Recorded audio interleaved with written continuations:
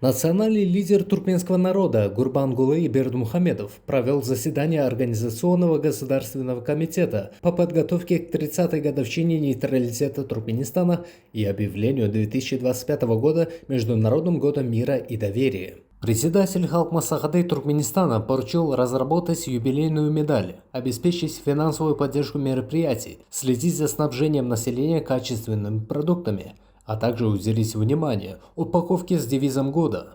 Также была подчеркнута важность благоустройства столицы и создания комфортных условий для гостей. Заместителям председателя Кабинета министров были даны поручения по организации выставок, международных конференций, культурных мероприятий и торговых точек с национальными сувенирами. Министр иностранных дел был назначен координатором подготовки к международным мероприятиям, включая взаимодействие с ООН. Национальный лидер туркменского народа Гурбангулы Бердмухамедов подчеркнул необходимость обеспечения транспорта и связи для участников мероприятий, призвал укреплять международный авторитет Туркменистана и пожелал участникам успехов в реализации поставленных задач.